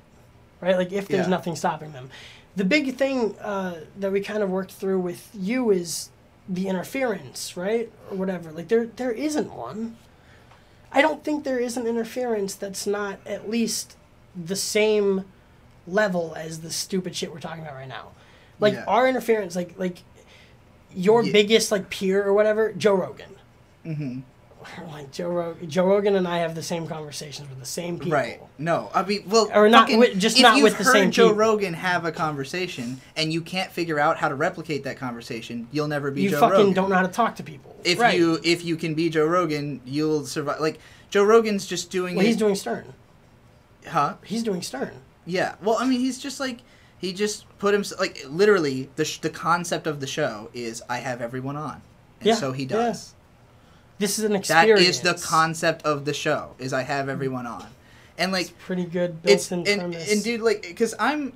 You know, I'm, like, very particular about who I work with, because it's, like... I don't know. I just have trust issues, you know? Sure, like, I don't want to be backstabbed. So it's, like, I will only work with people who I think are... Who I, you know... At least... in the time that I'm working with them, I don't expect to backstab me, you know? But, like, but I'm also somebody who's, like, you know, I'm a speak softly and carry a big stick kind of person. It's just like, look, I want to be, diplomacy is always my first option. There's always a second option, you know? So let's be diplomatic. Let's figure out how to do this without using the second option. And the reality is that when you live in a world with mutually assured destruction, the second option is never an actual option. No. And so then you get to have fun in all of the mid-ground, right? Yeah. As long as nobody decides to kill you. I think Louis C.K. has a bit where he left a rented car or something on the tarmac. Like, well, come get it. But then, like, you know, the bit's out there. But the point of it was that his time is worth more than returning the rental car. So he just left it on an air runway and just told them, like, well, what's $500 if I don't return it? Yeah. Okay, $500 then. Yeah. Thank you. Hangs up. And they're like, well, no, you can't leave it there. It's like, well, but I did. So what does that cost me now? Right. How much of your imaginary currency do I have to pay to do what I wanted to do anyway? There's, like, a story that Dick told one time about them going to the baseball game. And just, like, every time, just the way he has to subvert authority to get into the stupid baseball games in L.A., that he has to, like, deal with these bullshit cops who, like, they'll, like, bitch at him for riding a scooter in the wrong spot or fucking whatever, and he just tells them, like, no. Like, fuck you, These are hall monitors, and he's just saying, like, I'm an upperclassman. And that's literally... What are you gonna do? And, okay, I understand... This is why I speak to a more centrist, like... I come from a liberal family, you know, like, very liberal, but, like, not woke. You know what I mean? Right. They're liberal... I wouldn't... My dad is a spiritual thinker. I got a lot of these ideas from him before I started doing drugs. My dad doesn't do drugs, though, you know, because he cannot deal with this. He cannot deal with the constant sliding through consciousness, he cannot put up with the sensory overload. He can't even get high because it makes him too paranoid, you know? And it's like, well, if you become somebody who's just paranoid all the time... The drugs don't make you feel that different. Well, it's called awareness. Than how you already feel. Paranoia is like a propaganda word, and right? Like, it's called awareness, right? Right. Like, sometimes it's unjust awareness. I mean, it's that's just delusional, though. That's not paranoia. You don't need a middle word between awareness and delusion. It's either delusional or it's aware. Look, you either hear footsteps outside or you don't. Think of the Great Magnet in these terms, right? 3 days ago, I publicly said, like, I'm quitting weed. I was like, I'm quitting weed. I have been told on no uncertain terms that I need to quit weed in order to, to function. Like, move forward. Right. But I was also told, though, that the reason it's a problem is because it costs too much money, and I am in debt, you know? So it's like, okay, well, if that's the problem, then the weed doesn't have to be the problem. Right. It's the fact that it costs money is a problem. And you can take that away. Right. When you're just friends with dealers. Exactly. Or you just grow your own shit. Or there is a way. Yeah. And like if I owned my own property, I could grow my own shit. Right. So I would like to own my own property to grow my own shit. But even I could just do it in this house and nobody would fucking find out. Right. If I wanted to. I just don't want to do that because I don't have to. You know, like I don't want to put the effort into growing weed. It's a lot of fucking effort. And I mean, like... And I have the money that I can buy it because I have perpetuated this system by which I have the money to buy the weed through a means that I am comfortable with. Yeah. Because it's through people I know, and I don't have to go find new drug dealers, you know? Because I don't trust people, so it's like... But, you know, I say, oh, I'm quitting weed, you show up, and you're like, oh, you just need to have people around you who, like, can get you cheap or free weed. Like... I know some of those people. Recontextualizes the problem so that you can fix a different problem, right? Like if if you can't fix that problem, pick another problem. There's a lot of them. Right. Or make up your own. Up your own problems. I do it all the time. Make up your own problems. I give myself I literally just sit around and talk to people with like mental supposed disorders on the internet. All the time. None of whom I disagree with about anything. You know, like, and does that mean I am insane? Well, only in as much as it means they're all insane. Who's deciding? It's the people who are coming and, like, picking you up off the street and putting you in a thing and vanning you away, you know? And, like, I guess I came to understand just how, like, for me, growing up, I had this grand... I just trusted adults. Like... Right. I just trusted adults to have my best interests in mind. Until I, became an adult and was like, oh, none of these people have my best interest in mind at all. And in fact, the people who do have my best interest in mind are incompetent. That's the problem. That's way worse. Right. Right? Is like having someone wants to help you who cannot help you is worse than being on your own. And that's, so like, for me, I'm in the Jesse Lee Peterson perspective of, like, full parental forgiveness, you know? I don't blame my parents for anything because they are victims of circumstance, you know? I don't have to be a victim of circumstance. I can be whoever I want. Right. You know, so it's kind of like, in a way, it's kind of like saying, okay, I'm just, like, gonna push all of this off onto this was their mistakes. I'm just gonna do my own, like, my version better. But, like... And I want to bring them with me. I want to bring everybody with me. I want my parents to be able to continue their lives to be as happy as they can be, but they're set. They don't, like, there's nothing I can do for my parents other than be successful in, like, in their eyes, like, which I already am. Yeah. They literally, they accept what I'm doing. That's cool. Which is almost no one can say that. And that's why I am able to be this person, is like... Most people, literally, their parents just, like, if your parents tell you you can be whoever you want, and you believe it, and then you go on to do it, then you'll be like, oh, like, no, why didn't anybody else figure this out when, like, every single piece of media is telling you it? Like, literally every show is telling you the same thing. Why aren't you just doing it? Well, you know? I know that the most famous, highest paid actor of his time... when he was doing it, was my uncle at one point. Right. Tom Mix was the guy. Ford movies, all those westerns and stuff like that. Yeah. Those are like bridging the era between colored and talkies and like black and white silent films. Mm-hmm. And like when you can start bridging that stuff, like the new media takes over. Right. But Tom Mix like found Marion Morrison, this prop boy at Fox, and taught him how to ride horse and do like horse tricks.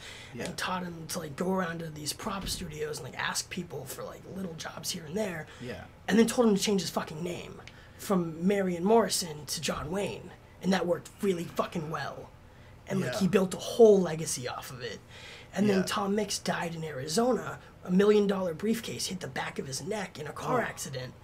like millions of dollars in it. He was heading to Vegas to fuck off because he was like a big like hookers and blackjack guy. Right. So he was just gonna go fuck off. He was driving a car in like the 40s. Like this is a man who held Wyatt Earp's, like he walked Wyatt Earp's coffin to the grave. Mm-hmm. Tom Mix Wept is the end of Tombstone. Like the movie is just that. I have not seen that movie. So it's like it's a bunch of like Western stuff, right? Right. So I was raised in this culture that like these two things are the absolute truth. Mm-hmm. That like Western society is kind of like what made America great is like the idea of going out and being the first person to be in this yard ever. Right. Like this is my yard. I discovered this yard. And it's like well probably not, right? Right. But, like, if you can build a cool ranch there, you did it. Yeah. And ultimately, I mean... In a lot of America, that's how it worked. Right. To me, the barometer of how successful is your community is how happy are people. How do you determine how happy you are? Say you're happy. Yeah. Say, if you want to be happy, do it. Like, my goal is simply to outlive all of my idols. Because most of them killed themselves or died in squalor. So, like... See, and, like, I'm trying to get shot before I'm your age. Because then I'll never die. Well... If I get shot to death for something I have to say, I'm not afraid. I'll never die. I stopped fearing death because of David Bowie and Black Star. Because he made an album about the fact that he was going to die and then died. And then died, and then the album comes out. And you're like, oh. And it's like, oh, good. You can just do that? Like, okay. You know, like... He'll be forgotten in 100 years. Nobody will care about David Bowie. Like, we'll be in... If we're in space, none of the culture that has happened up to now matters fucking at all. Like, when we get to a level of macro, a level of acceleration where, you know, like, you literally actually have the computer in your brain. Like, actually how it is in Ghost in the Shell. Like... This conversation will be parsed data, and it won't... Yeah. You won't have heard this. No. Because all of it... So... To my mind, like, in search of what could there be a purpose for all of this, right? Right. To me, the purpose is the fact that you have to find a billion ways to say it. It's finding all billion. Yeah. All however infinite number. Like, that's some Buddhist shit. Well, because, you know, it's also math shit. Because, like, pi, right, is an infinite number. Like, a circle is... You cannot calculate a circle. But it doesn't end. There is no end point. It just... Because it'd be arbitrary where you decide the end is anyway. Exactly. And, like, this is the concept of what math is built on, is that it's not real.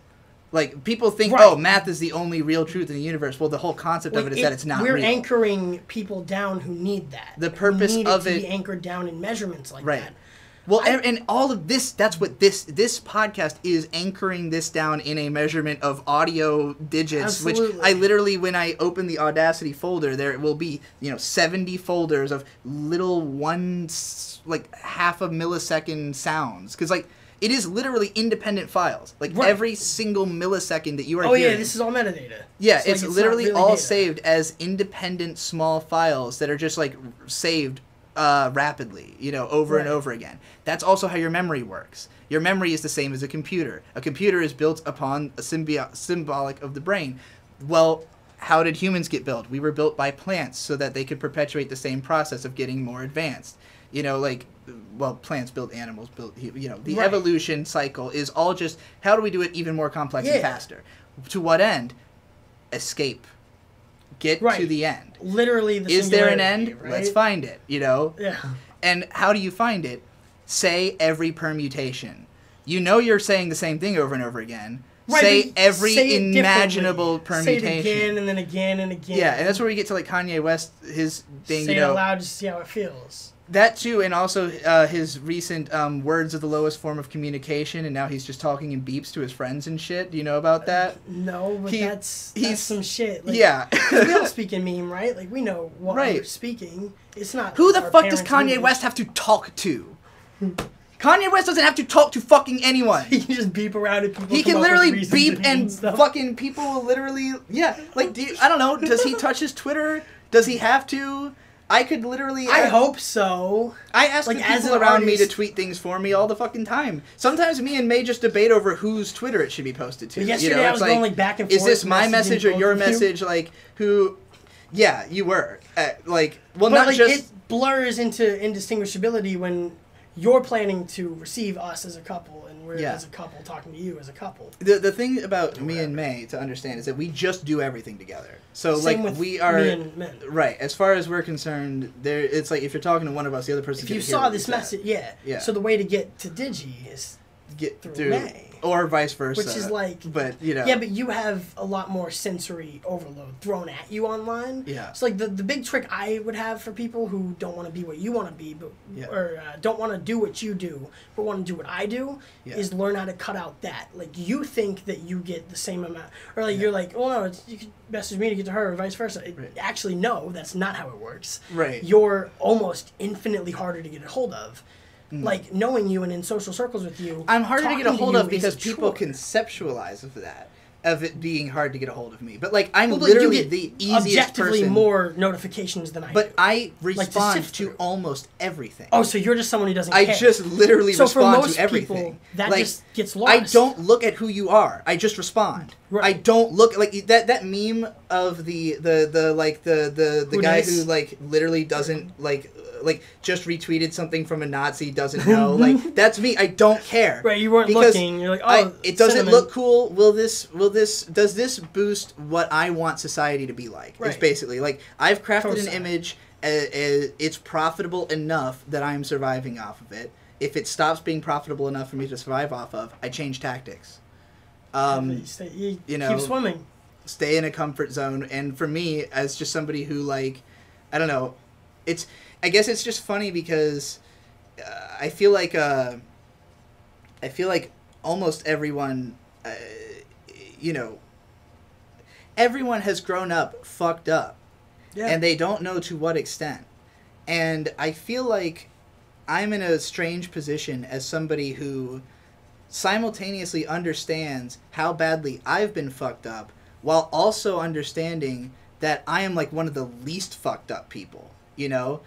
And so it's a super weird position for me to be in, that, like, the people I deal with online are, like, they're significantly more depressed, they have significantly less money, they're in significantly worse situations, and...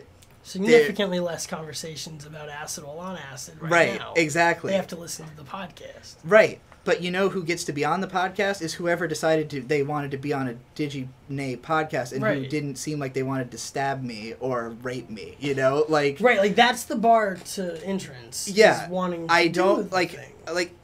And it's difficult on the internet because most people are very sexually repressed on the internet, you know, and they're trying to, like, I am not, like, I have a weird relationship with sexuality in that I am, like, closed off, but also I'm willing to share anything I'm doing. So people perceive me as being, like, very openly sexual because I talk about the sex I have. Right. I don't have sex with more than one person, though. Right. I've only ever had sex with 2 people. You know, I'm like, I don't get anything out of having sex with more than one person in my life. Like, to me, the only value of it is that the person knows everything about me. Right. That's what makes the sex good, is that this person knows everything about me. And therefore we can pleasure each other perfectly because we know everything about each other. We know what the other person wants. And then you just scale that out to all of society, and now you know how to get into the house of the person you want to be in the house of. You just find out what they want. What do you need me to be? Like you said, you know, for me, you can be, I've got acid and weed. You like that stuff, right? Can I come over and do acid with you and be on your podcast? Yes. You've got a place to, I would say crash for the night, but you didn't even sleep. Neither did I. I never sleep. She did. Sleeping is failure. Don't sleep. Sleep when you die. Well, as long as you can manage. You're gonna say like maintain, no, but like again, where I get to, I think excel probably in this world, and I think we'll all see that is I'm not trying to maintain. No, well you're like you're extremely accelerationist. Yeah, yes. I mean you're literally microdosing. Like, right. I'm very accelerationist. And it's funny because the conversation between the people who do that is like everyone who does what you do talks like you and is in the same position you're in. And the rest of society will literally continue to look at you and say, that is not a person I want to be, and therefore I'm going to continue to maintain the structure of a society that I'm putting myself in, even though I hate it. Right, and then they're all sharing like Joker gifts, and it's like, well, but like I'm just. Yeah, you actually did this to me, like. Yeah, just like.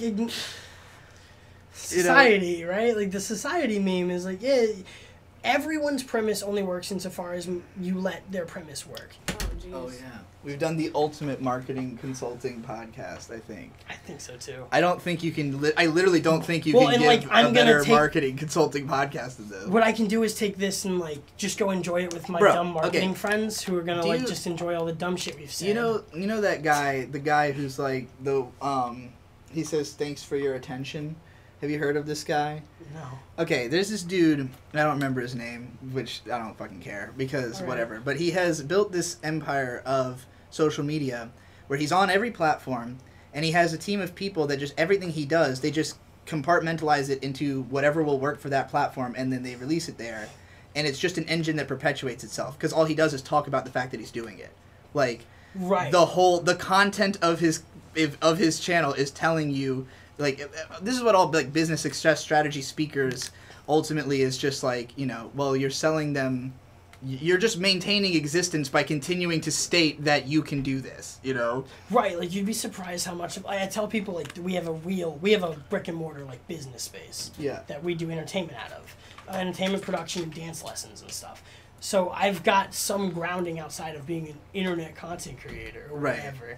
Like that's what we're trying to do is like you go in the real estate way. You own the venues. Yeah. Like that's how the McDonald's guy did it. Like he just bought the McDonald's like the properties and then just charged the franchisees shit. But like took the whole company that way. The point I have to make about why like my perception of you is that because like obviously I didn't know how involved you are in literally everything, including aspects of my personal life. Like, because I mean, I am Moon Cult, like.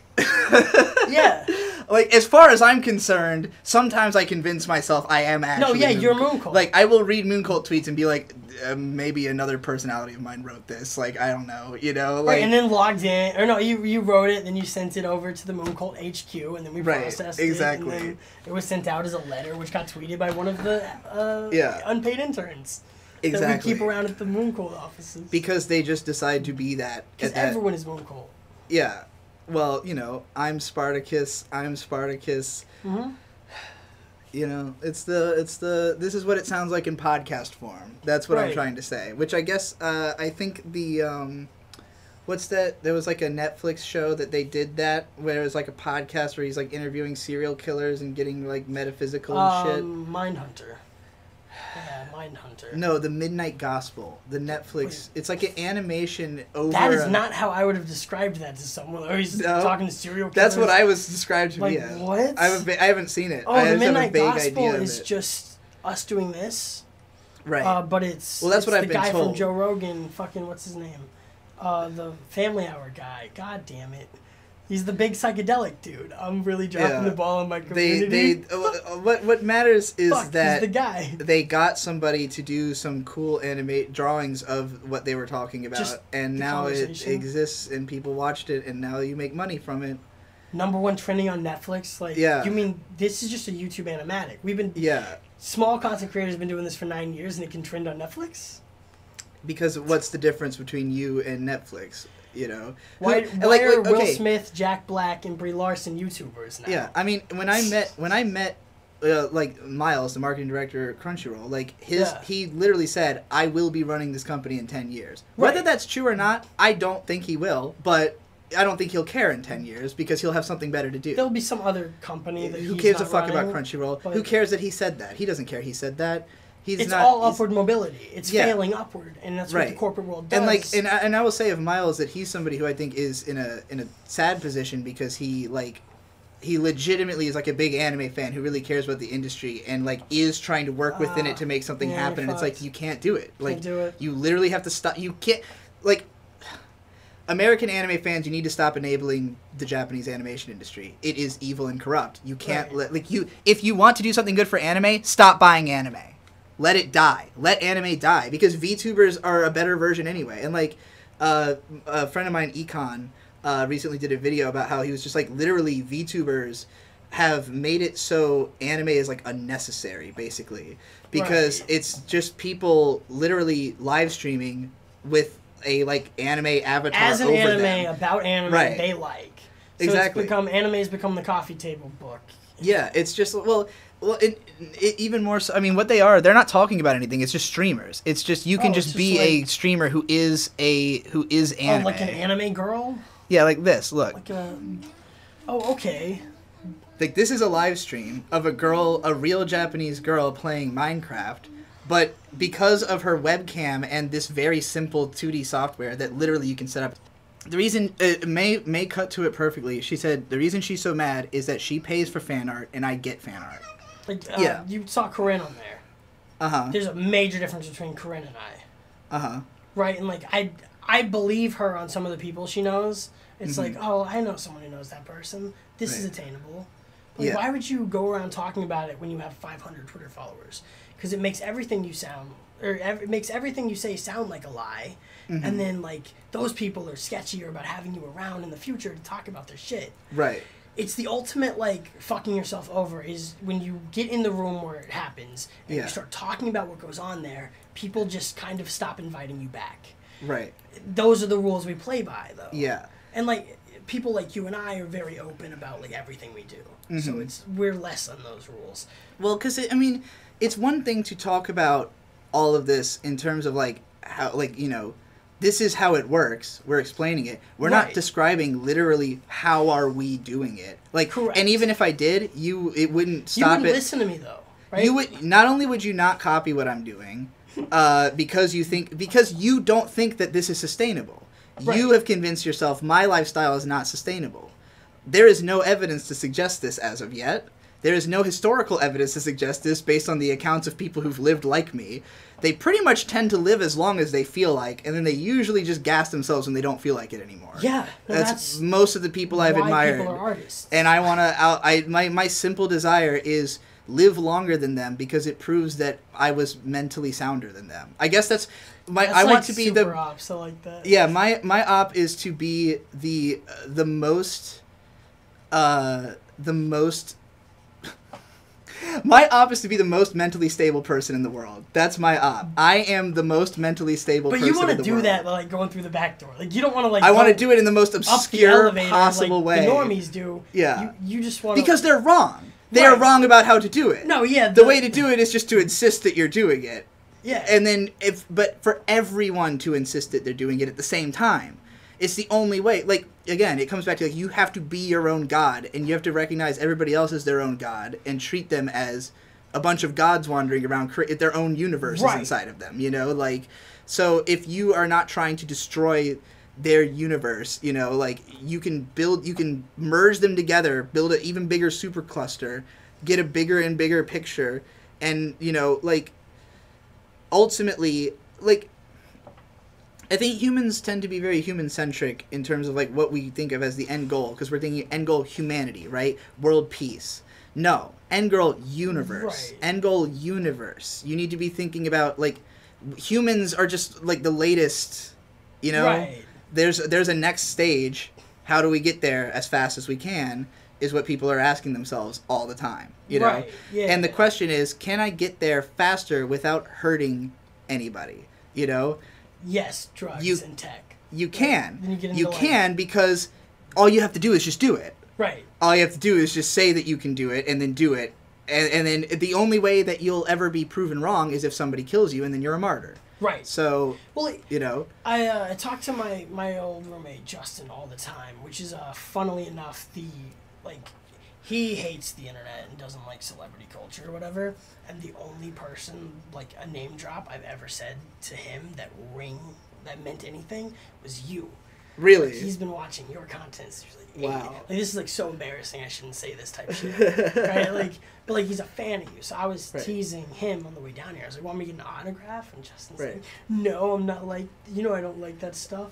Right. I'm like, I would give you an autograph. That's the thing. But I would like, literally just do it because I'll do it for anybody. Yeah. Anybody, like, if you walk up to me and ask for an autograph, I'll give you an autograph. I don't like. I literally exist to be charitable to people. Like that dude. you know, that dude is the demographic of your videos, though. He's like a furry. He's like. Well, and it's because they're all people like me who are just like, it's like they're just waiting for.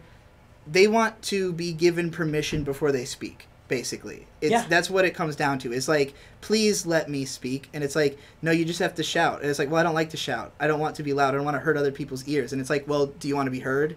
You know, because like if you want to be heard, you might have to raise your voice a little bit sometimes. You know, Childish Gambino said they don't listen when you mumble. Right, exactly. And if you're in a situation where you have to scream all the time, you need to change your situation. Yeah. You should be in a situation. Like, the reason that mumble rap is so good is that it suggests incredible security. Like, right.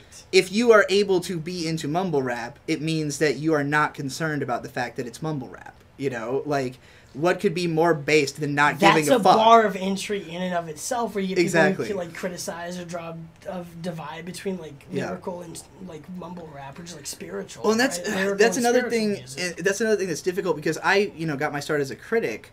So, but like my mentality as a critic has never been like I'm making a judgment on this being good or bad. It's just, why is this making me feel? Why is this making me feel how I feel? Do I want to feel that or not? You know, like that's your critical view. Like that's terrible. Like it's great for art and music. It's bad for being a critic. Oh no, I've never considered myself a critic. I'm an analyst. I do analysis. I help you appreciate the things you like even more. You know, I sell you on the idea that this thing that you have already decided is precious to you is even more precious than you realized.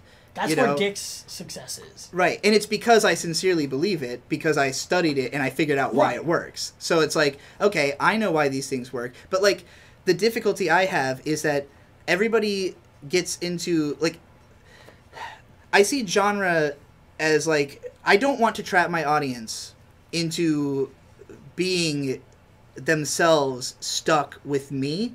You know what I mean? Right. Because, like, with anime, you notice how, like, all this shit kind of bleeds into each other and kind of looks the same. Sure. Because it's a super incestuous industry of people who are, people who have run away from society to form a hug box, only for that hug box to be then a microcosm of society with all the same problems, you know? Right. It's like you're always just going to create that new social structure as long as there are people within it who cannot participate in understanding that you have to participate in it in order for it to work. You know, it's just like you have to be the one who says, I'm going to do the thing, not wait for somebody else to be the guy who does the thing, you know?